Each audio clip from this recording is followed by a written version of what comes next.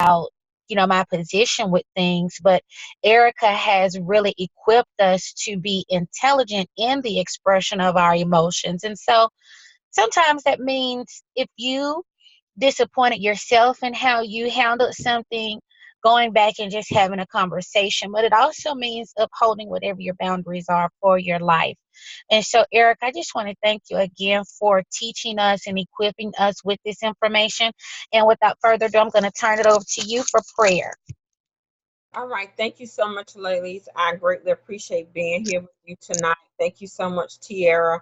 And we'll go ahead and open up in prayer. Father, we thank you. We praise you. We honor you. We magnify your name, God, because you're so worthy. Lord, I just ask you just have your way in the midst of us on tonight.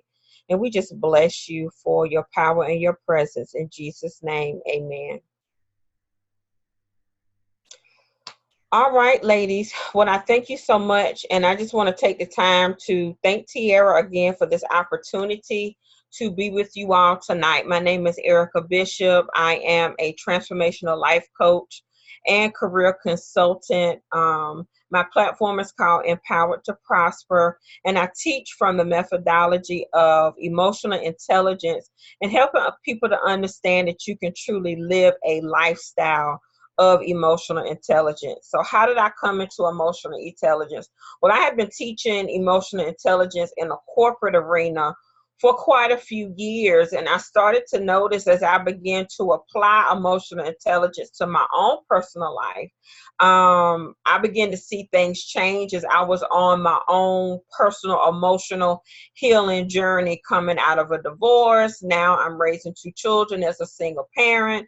They're in their teenage years. So how do I do this and set boundaries as well as have healthy emotions as I'm trying to heal and also be there for my family as well? So as I began to apply these different things, I began to see how I could truly live emotionally intelligent and to manage my relationships as I was going through this place of self-discovery and rebuilding who I was as an individual and becoming more self-aware to who I was at that time. So that's pretty much how I had come into really leveraging emotional intelligence, not just from a corporate arena, just to get people to be more productive, but how can I be more productive and more successful in my own personal life? So on tonight, what I'm going to be sharing with you is from the title of How to Free Yourself from Emotional Incarceration. So the title itself, I have to give credit to a gentleman by the name of Jason Wilson, who wrote a book called Cry Like a Man. And as I'm continuing to study and to grow in what I'm teaching my clients and helping others, this one really pricked my heart because I have a son that's turning 21 years old soon. And as he is growing into himself as a man, I know that there's only but so much I can do as a mother and so much I can do as a woman. But I also wanted to always create those safe spaces for my children because I also have a daughter that's 19, to give them that room to never regret anything about them, about their lives, but also for them to be able to express themselves in a healthy way. So when we talk about parenting skills and what that looks like, I never wanted to be that dismissive parent or that disapproving parent that did not give my children room to express themselves or be so consumed in so many things that I had going on that I didn't hear their voice. And when my son was turning around about 13, 15, I could notice a frustration in him because he was changing, but his father was not seeing him shift and change. So because I was becoming more aware of me, it ultimately allowed me to be more aware of him. And when I began to see my son take this shift, I had to pretty much kind of tap my ex-husband on the shoulder and say, your son needs you right now because he's changing. He's got some things that are happening that I can't speak to as a woman, but I know he needs you emotionally. So there goes, living a lifestyle of emotional intelligence. So that's really been a blessing for me.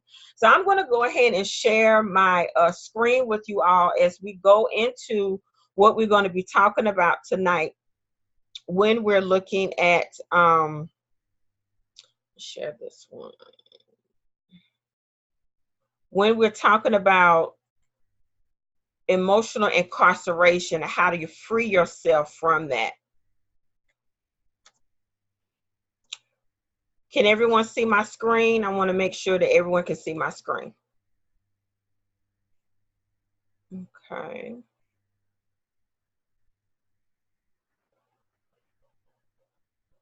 Make sure I got the chat up so we can see everything. No, not yet. Okay, let's try it again. Share. Should be screen two. Share. All right, is that good? Yes. Okay, good stuff. Thank you. Awesome. Okay. All right. So when we're talking about how to be free from emotional incarceration, one of the things that we want to, let's see. Okay, so let's talk about what is an emotion. So emotions are a positive or negative experience associated with a psychological activity that replicates physically as a positive or negative energy called a feeling. Okay, so when we're talking about emotional incarceration, we're talking about how have I suppressed my emotions in such a way that I am no longer feeling them and I've pushed them down, because we understand that when we talk about our emotions, sometimes they're uncomfortable, but when we suppress them in such a way, uncomfortable emotions are created by thoughts and they can get trapped in a place by another feeling. So when we talk about emotional incarceration, I have literally imprisoned my emotions and harnessed them in such a way that they're uncomfortable, but I don't let them out. I try not to feel them. I suppress them in such a way that they get trapped, and then they begin to have other emotions on top of the next emotion. So I begin to have these layers of emotion that begin to stick on top of each other.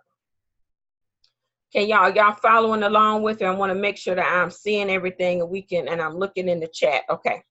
So when we talk about emotional incarceration is when an individual has suppressed their own feelings and standards and personal ideology for the sake of pleasing others in hope of not offending, displeasing, or being rejected by the other person. So now we're talking, I'm constantly walking on eggshells, and that this becomes my normal way of life because I don't want to upset even anybody, even if it's harming me. So as we have heard Dr. Japonica Walker and a couple other ladies that have spoke about, when you don't release in your emotions, it physically shows up in your body. It physically shows up in who you are.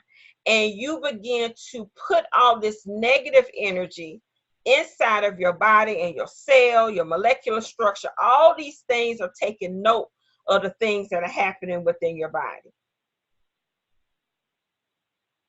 So now let's get into, if you don't face suppress emotions, they'll stay stuck and you'll find yourself in a getting over it mentality. And it'll become impossible for you to heal because you keep layering one emotion on top of the other and you never dealt with it, and it gets packed like dirt. It begins to get packed and becomes hard. You believe that the pain is long gone, but the only thing you've done is shift it to your subconscious mind.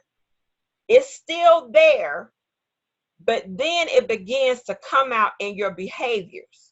So this is where we've got triggers, emotional triggers, and even emotional explosions, because at some point you're going to top out in your capacity of how much you have suppressed your emotions.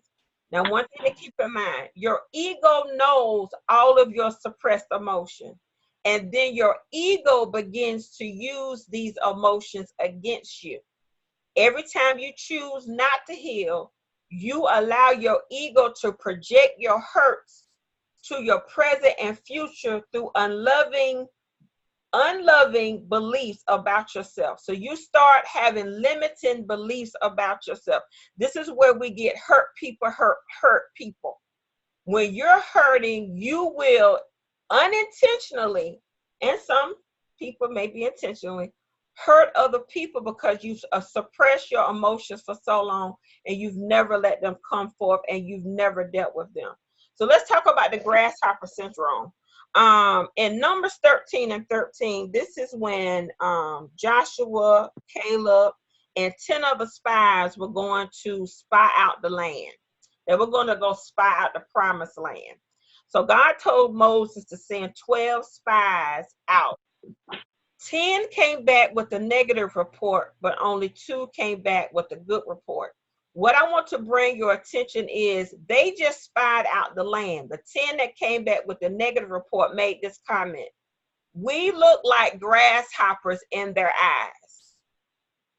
So therefore, they see us like grasshoppers." Keep it in mind, they never interacted with them, never had a conversation with them, never even engaged the giants that were in the land. They just saw them, but because of self-comparison, self-perception, self non-self-awareness, they said we look like grasshoppers in their eyes. So what am I saying with this? When we talk about emotional incarceration, we already have our own personal perception of what people are going to think about us. So what happens? Mm-hmm. We begin to do people pleasing just to make sure that someone likes us. We alter who we are so that we can get someone to like us. Even if it harms us, even if we disagree, I'm going to go along to get along. Then you have the fear that your authentic self is not good enough for them. So because I can't be my true self, I'm going to alter myself in such a way that I want to shape myself to be who I think they're going to like. Whenever you even have an opportunity to express your true feelings or thoughts, you'll never do it, because you won't do it out of fear that if I truly tell them how I feel, that it's going to cause a disagreement or a trigger in this person and they won't like me. So with emotional incarceration, then we end up in a place of self-sabotage. I am destroying my own life because I will not be honest with who I am. And then you find yourself opening yourself up to the spirit of paranoia because you're always worried. What am I going to do wrong to cause the relationship to go to the left? What could I say wrong to cause the conversation to cause them to be upset? So how do we get to this place? Low self-esteem, manipulation. If you have been bombarded or been in a situation where you've been with someone who have been manipulative, narcissistic, verbal abuse, any type of abuse, because any type of abuse is mind altering, verbal abuse, mental abuse, not having a sense of purpose for your own life, dealing with the fear of rejection, chasing after rejection, negative past experiences, meaning that I don't want to go through this again because I have taken on all the responsibility of a failed relationship. So to make sure that the relationship doesn't fail again, I'm going to do everything I can to make it work, even if it harms me. Dealing with abandonment issues, narcissism, dismissing and disapproving parenting. So let's stop right there real quick. When we talk about emotional intelligence, there are 4 different types of parenting styles. You have the permissive parent, the one that allows children to be a free spirit. You've got the emotional coach, and that's on the opposite end, the one that nurtures the child. Then right in the middle, you have what you call dismissive and disapproving parenting. The dismissive parent is, I don't have time to deal with your emotions, not because I necessarily always don't want to hear it. I don't know how to handle it. So I'm hoping that you can just put your emotions to the side and you just get over it so I don't have to address it. So let me just shut it down or make some type of comment to put it to the side so I can not really hear you so that we can just get past the moment. And then you have the disapproving parent. You're never good enough. You make all A's, but they weren't all A pluses. You made a 3.9, but it wasn't a 4.2. You look nice, but you're not standing up straight. You scored well in the game, but you could have scored more points. You didn't do your best. So you have those two parenting styles that can cause someone to shut all the way down because they feel like they're never reaching your goal because the goal is always changing. And then you're dependent on others to make you complete. If I don't have this person in my life, then I'm not going to be a complete individual. So what is one of our takeaways for this? You are directly responsible for your own life experience. Other people can't make your life experience. We make our life experiences with others. And we have to be conscious enough of how we choose to do that in a healthy way. So how do we get free? We become more self-aware, one, by utilizing and leveraging emotional intelligence. So we're going to get into the 4 components of emotional intelligence, but we want to start with the first one, which is the baseline, which is self-aware. We have to be intentional about discovering who we are if we're ever going to move past the realm of emotional incarceration. I have to have enough courage to feel all of my feelings, understand what my triggers are, really dissect my life to understand the makeup of who I am and be okay with who I am, and go through my transformational process to better myself if I see anything that I want to improve on. So when we talk about forgiving, you forgive others, but sometimes it's very hard with someone who suppressed their emotions. How do I forgive myself for the mistakes I have made or the things I have done wrong, and give myself enough grace to change? Give myself enough grace to do something different. In this process of getting free and breaking out of emotional incarceration, I have to get comfortable with saying no. One of the first things that someone suppresses their feelings, they don't want to disagree. How can I be okay with disagreeing and it be all right that we may not agree? And one of the other ones is get a vision for your life. When we don't have a vision, we look for other people to give us the answers to what it is that we need to do. So therefore, we're always reaching to other people to satisfy us, and we never get the true understanding of this is what I like and this is what I don't like and this is why. So now when we're talking about the 4 components of emotional intelligence, you have self-awareness, being aware of your own reactions and tendencies. If you never let your emotions out, you're never going to know what your tendencies and reactions are going to be. People come into our lives to show us who we really are.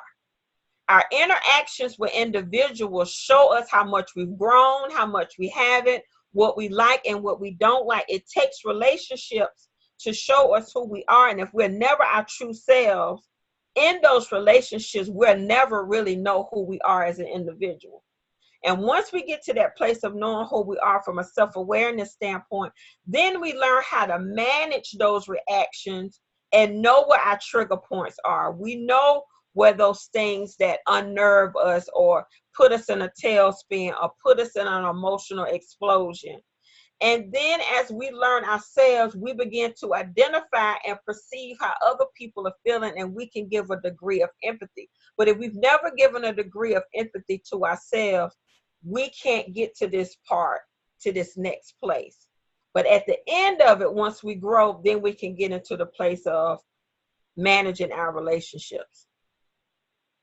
So let's talk about the basic needs that form our identity. So when we're talking about, I'm changing who I am, I'm breaking out of this emotional incarceration, what do I need to do to harness the fullness of my identity? One, we understand that we need to feel loved and accepted, a sense of belonging. But that comes from self-care and loving ourselves first. When we love ourselves and accept all of who we are, including all of our flaws, we have a sense of belonging and understanding that I am valuable at any degree and any level. Needing to feel valued and accepted at place of worthiness. My worth is not contingent on if someone else likes me. My worth is not contingent on if someone else agrees with me. And also needing to feel adequate, a sense of competence. I feel adequate because I'm aware of who I am, and I know my strengths, and I know my opportunities, and I know how to manage them. So when we talk about identifying our true emotions, I put this diagram up here because when you go into self-discovery mode after you've broken out of this prison of incarceration of your emotions, you're going to feel all types of emotions. You're going to feel all types of feelings towards certain situations that you have not addressed in your past. And you're going to have to peel it back layer by layer. But in peeling back all of these emotions, you've got to get down to the root of what is the true emotion. So anger is at the top, but is it shame that I really feel at the core that causes me to be fearful, that causes me to express myself in anger? So how do we get all the way down to the core to get to the root of me and expressing my emotions, and why have I suppressed them so long? So this is a typical word wheel, and I think it's very useful. I've used this with myself. I've used it with my children or my adults now to help them identify what are you really feeling. Help me to understand how you're expressing yourself and why do you feel as though you need to suppress. And I think it's really good if you have an opportunity when you're going through an emotion or you feel like you have to harness your emotion, what's the real reason why you don't feel like you can express that? So when we get into this, these are some self-discovery questions that you can ask yourself when we're looking at, let's dissect why I have held my emotions down so long. So the first question is, what are the most important needs and desires? What are my most important needs and desires? Because if you have been in a situation or someone's been in a situation where they suppress their emotions, this is a question you can't answer. I couldn't answer this question because I was one of those people. I didn't share my emotions. I built up walls.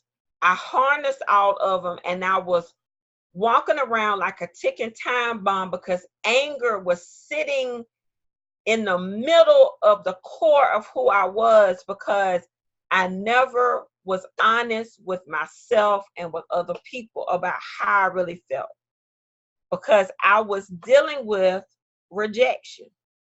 And because I was at a place at that time in my life of chasing after rejection, I didn't want to stir the pot. I didn't want anyone to be upset with me. So I didn't even know how to answer what meant the most to Erica. I didn't know what meant the most to Erica. So then my next question I had to answer, does my present life fulfill them? I was so unhappy. I had no vision about what I wanted to do. I was just scurrying around, Too busy trying to please other people. I was never working on what vision was important to me. What would I like to stop worrying about? What other people were thinking about me was what I needed to start worrying about and be okay with myself. How do I feel about the pace of my life? Is it too fast? Is it too slow? Or it's just right? I felt like I was always behind because I never had the adventure of really living my life to its fullness because I was too busy trying to not disturb other people, but yet I was suffering in silence on the inside. How did I feel when I enforced my personal boundaries? When I was in the place of incarceration, I had no personal boundaries. People were coming in, people were coming out, and I felt like I had no understanding of what that was. Now, ladies, I want to share something with you. If we do time out, please log back in because we still have a few more minutes. So just in case we do get kicked out, please definitely log back in. And then how did I feel about self-care and how did that affect my quality of life? When I began to grow and release myself, I had to learn how to take care of myself after I learned how to love myself, how to feel comfortable with being with myself. So as I began to express who I was just in being with me, then I began to understand self-care. And I began to trust who I was as an individual. How do I trust myself? How do I love myself and not create this place of self-sabotage because I was trying to please everyone else and I didn't understand how to please myself? Did I listen to others more than I listened to myself? I did, because I had a lack of vision at the time for who I was as an individual. Do I hold back from asking the big questions, the hard questions? If so, what scares me? When you're locked in your emotions, you won't ask the important questions because you don't want to offend anyone. When you begin to release yourself and trust your emotions and trust your feelings, you begin to ask important questions that mean the most to you. So as you're dissecting and you're going through this process of releasing yourself, and you engage in each emotion and you engage in each interaction and you engage in each thought process, here are a couple of other questions to ask yourself. When I think about blank, I feel this. When I think about my parents, I feel what? When I think about my uncle, I feel what? When I think about my divorce, I feel what? When I feel that anger and I feel the fear, is because I was ashamed of what would come next. Then I feel shameful and I interpret my feeling and what does that mean for me and what does that look like? And how did I limit my own beliefs about myself? Then the root cause of this belief is because I was ashamed of the fact that I was married to a minister and I got divorced and I didn't think God could use me and I wasn't worthy enough to be in another relationship. I felt shame because of that. So that limited my belief of what I could do for the kingdom.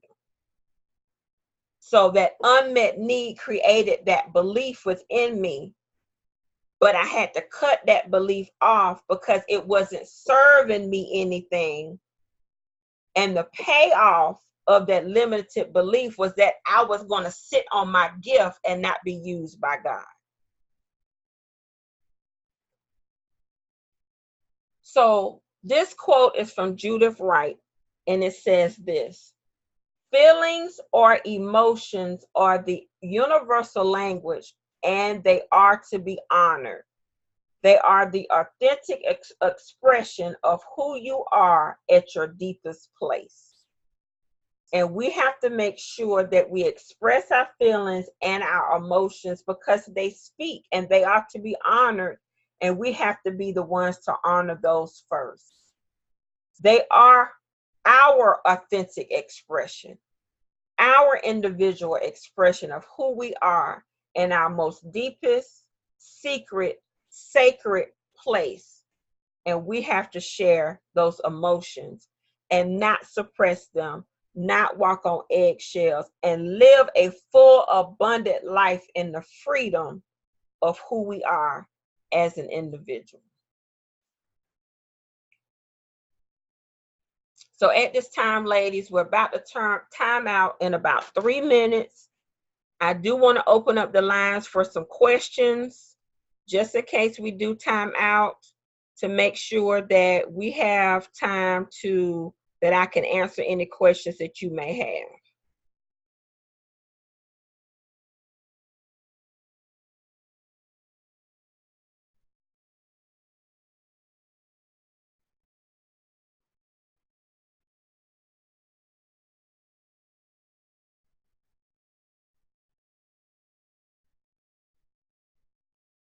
Could we please unmute everyone for anyone that may have any questions?